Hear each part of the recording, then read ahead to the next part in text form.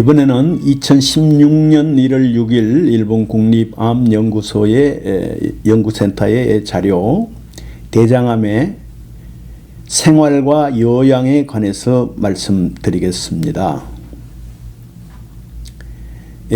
우선 이제 그 일상생활을 하는 데 있어서 내시경 치료 후의 일상생활과 수술 후의 그 일상생활에 대해서 약간 나누어서 말씀을 드리겠습니다. 전에도 말씀을 드렸지만은 내시경은 뭐 거의 아주 우리 그 대장의 아주 일부분만 살짝 그렇게 떼내는 거니까 이 대장의 기능이 거의 손상될 리가 거의 없고요. 또 수술 혹은 시술 후에 바로 그 체력이 회복이 되고 식사도 크게 제한 사항이 없는 이런 일상생활을 할 수가 있는 반면에 수술은 아무래도 개복을 했다든지 복강경을 했다든지 어떤 이 수술을 하면 그 수술 부위뿐만 아니라 몸을 완전히 이렇게 갈라내야 되고 또 그걸 다시 봉합을 해야 되니까 거기에 따르는 어떤 통증이나 이런 게 많고 또 회복 시간이 오래 걸리지 않습니까? 이제 그렇기 때문에 이 수술 후에는 이제 물론 어느 정도 회복이 된 뒤에 항상 걷기라든지 스트레칭 같은 이런 가벼운 운동으로 하여튼 몸을 좀 바지런히 움직이도록 권하고 있습니다. 아무리 이게 이제 수술 부위가 다 봉합이 잘 됐다 하더라도 한 반년, 그러니까 한 6개월 정도는 이 복근에 힘을 세게 준다든지 이런 것들은 가급적 피하도록 권고하고 있습니다. 특히 이제 치료 후에 이제 생길 수 있는 어떤 변통이라는 것은 이제 우리 대변을 잘 통하게 한다는 그런 뜻이고요. 또 이 소변을 볼 때에 어떤 변통이나 어떤 이 소변 보는 거에 이상이 생기는 이런 후유증에는 그 별도의 대책이 다 필요합니다. 이런 부분들은 담당 주치의가 이 설명을 해 주시니까 그런 부분들을 잘 기록을 해 두거나 녹음을 해 두었다가 그대로 따라 하시기 바랍니다. 그래도 이 치료를 결국 수술이라든지 이런 걸 하고 나면 그 후유증이 없을 수는 없는 거니까 이 후유증에 대해서 몇 가지 좀 살펴보도록 하겠습니다. 이 대장암의 이제 치료 후에는 이 치료는 이제 주로 수술이죠. 수술을 했을 때는 이 유착을 하는 수가 많습니다. 대장이 이렇게 널 이렇게 딱 이렇게 동그랗게 우리가 보는 것처럼 돼 있는 게 아니고 음식이 지나가고 나면 이렇게 대체로 이렇게 납작하게 이렇게 쪼그러져 있지 않습니까? 그런 운동을 이게 반복을 하기 때문에 잘못 이 봉합을 해 놓으면 이게 이 나아가는 과정에서 이 창자가 서로 이렇게 붙어버리거나 아니면 완전히 붙지는 않는다 하더라도 이렇게 좀 통로가 좁아지는 이런 수가 생기지 않습니까? 우리도 여기 이렇게 수술을 했을 때 기웠을 때 이게 우리가 수술 전에 같은 이런 탄력이 있는 게 아니지 않습니까? 이렇게 만져보면 단단한 부분들이 있고 마찬가지로 거기도 봉합을 해놓으면 그 부위가 단단해지면서 이렇게 유착이 되는 그런 수가 있거든요. 그럴 때는 당연히 통변이 잘 안 되죠. 그 통변이 잘 안 되면 오면 이제 이상으로 구역질이 온다든지 복부 팽만 배가 아주 이렇게 뭐처럼 올챙이처럼 부풀어 오른다든지 통변이 안 되니까 변비 같은 증상이 나타나는 경우가 많습니다. 그래서 대개의 경우에는 퇴원할 무렵에는 이제 이런 것이 다 가라앉지만은 환자에 따라서는 이런 치료가 끝난 지 한 반년이 돼도 도대체 통변이 잘 안 되는 뭐 그런 경우에 가스가 차였다가 이제 나오면은 이런 그 뭐 방구도 우리 많이 끼게 되고 뭐 설사 혹은 뭐 변비가 이게 뭐 이렇게 뭐 번갈아 이렇게 반복이 된다거나 아니면 뭐 설사가 반복이 된다거나 변비가 이게 뭐 반복이 되는 이런 수가 아주 많습니다. 또 그 외에 수술이나 이 방사선 그 치료의 그 영향에 따라서는 배뇨, 즉 소변 보는 게 어려울 수도 있고요. 앞에서도 얘기했지만은 이런 그 신경의 어떤 그 장애로 성기능이 또 뭐 전과 같지 않을 이런 수가 많이 있다고 합니다. 그래서 그 일상생활을 하는 데 있어서는 뭐 예방이 가능한 것도 있지만 그렇지 않은 경우에는 그때그때 그 사례마다 의사의 그 처방이 필요하고 또 그럴 때마다 꼭 의사에게 얘기해서 그런 그 증상이 나타나면 바로 그 상담을 해서 처방을 받도록 그렇게 하는 것이 좋겠습니다. 그래도 몇 가지 그 후유증과 그 대책을 한번 정리를 해보면 역시 대장에 뭐 그래도 뭐 한 20cm 이상 이렇게 잘라냈기 때문에 대변이 아주 이렇게 물처럼 묽게 나오는 이런 그 현상이 있습니다. 특히 이제 수술 혹은 뭐 항암, 방사선 요법 후에는 이 장이 제 기능을 못하니까 수분, 대장의 기능은 이게 수분을 흡수해서 변을 우리가 보는 그 변과 같이 제법 그래도 이렇게 단단한 형태로 이렇게 내보내는 게 그 대장의 그 주요 기능인데 수분 흡수력이 떨어지면 뭐 물 같은 변이라든지 아니면 뭐 완전히 설사가 나는 수가 있습니다. 그래서 그 대책을 보면 대개의 경우 수술한 지 한두 달 지나면 약간 부드러운 상태의 변이 되고 그리고 그 이유가 지나면 다시 변이 좀 말랑말랑해지니까 뭐 이럴 때는 큰 문제가 없지만은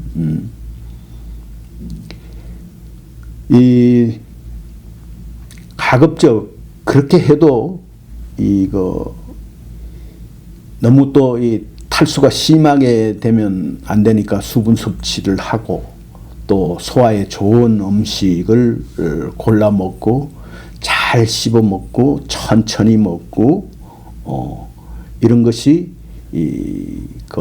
좋고요. 그래도 뭐 또 좀 안 될 때는 의사가 정장제를 처방을 하거나 또 환자들도 그 뭡니까 야쿠르트 같은 이런 유산균 음료들도 자주 드시면 좋을 겁니다. 그 다음에 또 이 방구가 잘 안 나오고 이건 아까번에 말씀드렸다시피 이 그 약간의 그 유착기가 있으면 이 가스나 통변이 잘 안 되니까 방구가 잘 안 나오면 가스가 배에 차가지고 속이 더부룩하고 볼록하게 나오고 변이 뭐 3, 4일씩 안 나오면 이 변비가 될 수밖에 없지요. 이게 다 그런 그 치료의 어떤 후유증이니까 올해는 가지 않을 것이다. 그렇게 좀 마음을 편히 잡수시더라도 또 그 의사에게 그런 걸 그때그때 이 얘기를 하고 알려서 거기에 합당한 그 처방을 받는 게 좋죠. 그래서 일반적인 대책으로 보면 배를 좀 따뜻하게 해 주거나 평소에도 자꾸 배를 이렇게 만져서 마사지를 해서 장의 활동을 좀 자극을 주면 좋고요. 그래 해도 안 될 때는 이제 그 의사로부터 뭐 변비가 생기면 좀 완화제라든지 뭐 약간 그 뭐 이렇게 그 뭐라 합니까 뭐 약간 하제라 그러는데 우리로 치면 이제 약간 설사제를 받는 수도 있고 또 반대로 이 변에 너무 물기가 많을 경우에는 그 반대 지사제 같은 거 뭐 이런 걸 또 이렇게 받아서 그러니까 이럴 때는 무조건 의사와 상담을 하고 거기에 대한 적절한 처방을 받기를 바랍니다.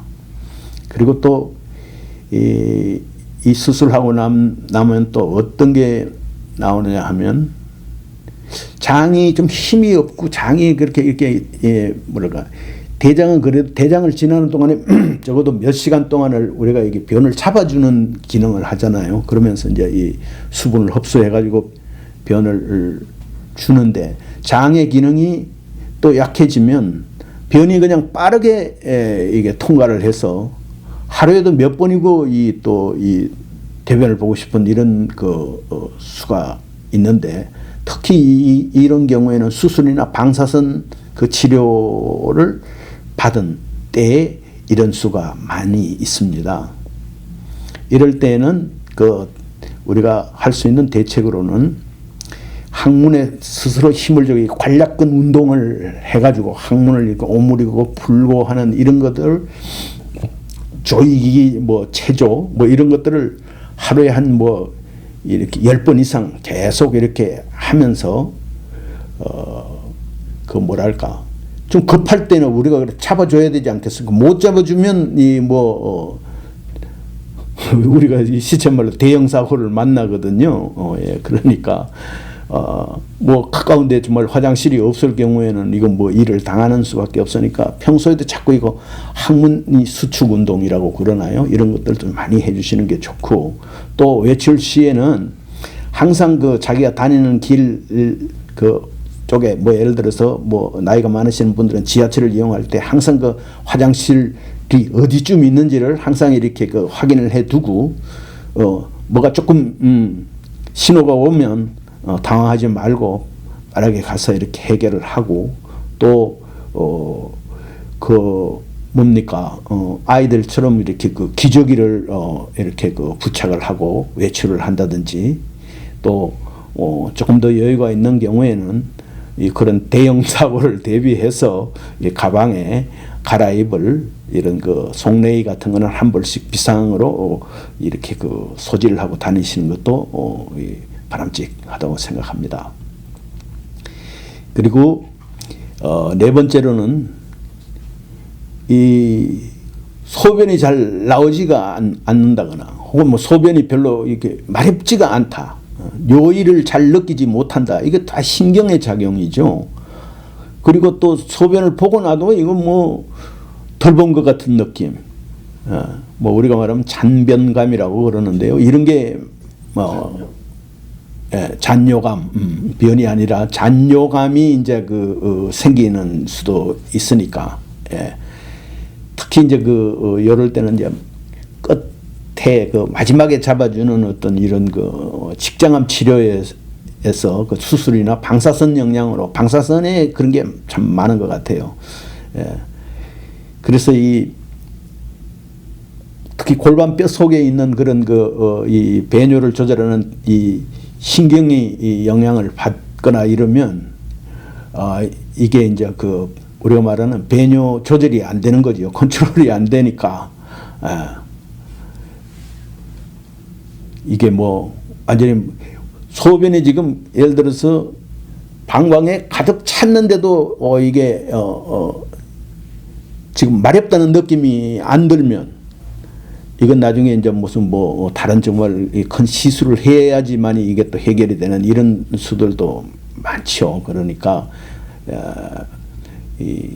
이런 부분에 대해서 우리가 미리 이렇게 알아두자는 의미로 이런 걸 말씀을 드립니다. 그래서 이런 대책을 또 보면 수분을 스스로 자꾸 또 이제 자제를 하는 사람들도 있지만 소변 배출을 잘하기 위해서는 수분을 그래도 넉넉하게 섭취를 하는 것이 좋습니다.